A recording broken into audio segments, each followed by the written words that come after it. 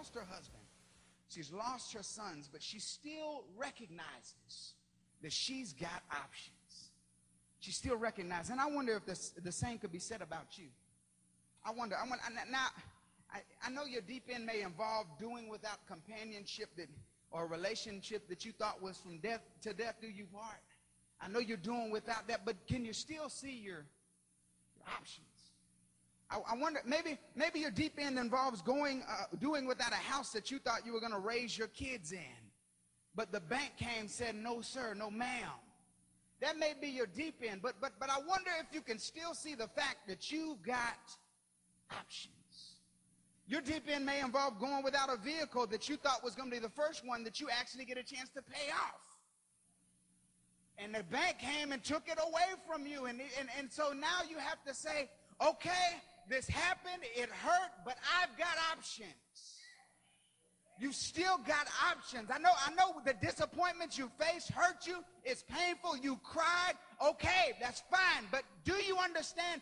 You still have options. There's still hope for your future. There's still opportunities in your tomorrow. There's still a chance for God to turn that thing around. Do you still understand that you've got options? Look at somebody and say, baby, you got options. You got options. They may not want you anymore, but you still got options. They said they don't need you on the job anymore, but you still have options.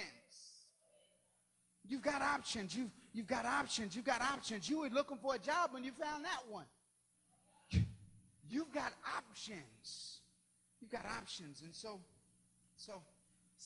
it's crazy to think that our obstacles will eliminate our options.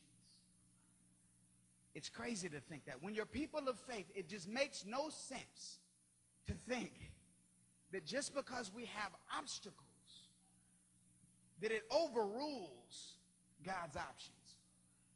That it overrules. Because I've got obstacles, that will overpower God's options. No, sir, no, ma'am. Notice that verse number 6 and 7 say that after Naomi's husband and sons died, she heard in Moab that the Lord had come to aid his people and was providing for them. So she prepared to go where God was blessing. In other words, she's in the midst of her hardship. She's in the midst of this challenge, and she heard that God is still blessing somewhere. She's in the midst of this hardship, and she heard God is blessing somewhere. Now, I don't know what you've had to deal with this week. I don't know what you've lost, what has been taken from you, who said don't call me anymore. I don't know any of your business.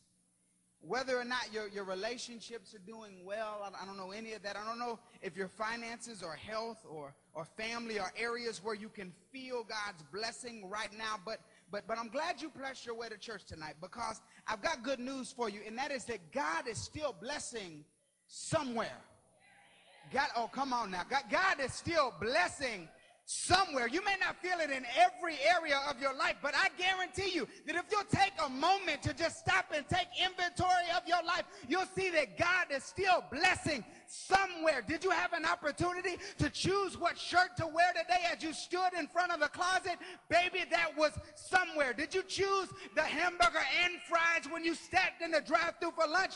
Baby, that's somewhere. Did you stop in church in time to hear a word from God? Baby, this is somewhere. And I don't know what areas don't feel blessed, but what I do know is God is still blessing you somewhere. He's blessing you somewhere. He's blessing you somewhere. You got to search for the areas of blessing. She's standing in this land of Moab, but then she still has an ear to hear that God is blessing over there. And I've got a word for somebody who thinks that God can't bless a relationship over there because the relationship messed up over here. The devil is a lie. I got a word for somebody who thinks you didn't get approved over there, so you can't get approved over here. The devil is a lie. God is blessing somewhere. Say somewhere, somewhere, somewhere. God, I don't need you to bless everywhere. I just need to find mine somewhere. He's blessing somewhere. That's good to me. That blessed me right there. God is blessing somewhere. You don't know the conversations that are being had about you somewhere. You don't know about the people who want to bless you somewhere. Somewhere. And you tripping about the people over here that don't like you when God is blessing over there. somewhere. He's blessing somewhere. He's blessing somewhere. You've got to have that type of faith that says, God, I don't feel the blessing right here. I don't feel the blessing. My husband's tripping. I don't feel the blessing, Lord.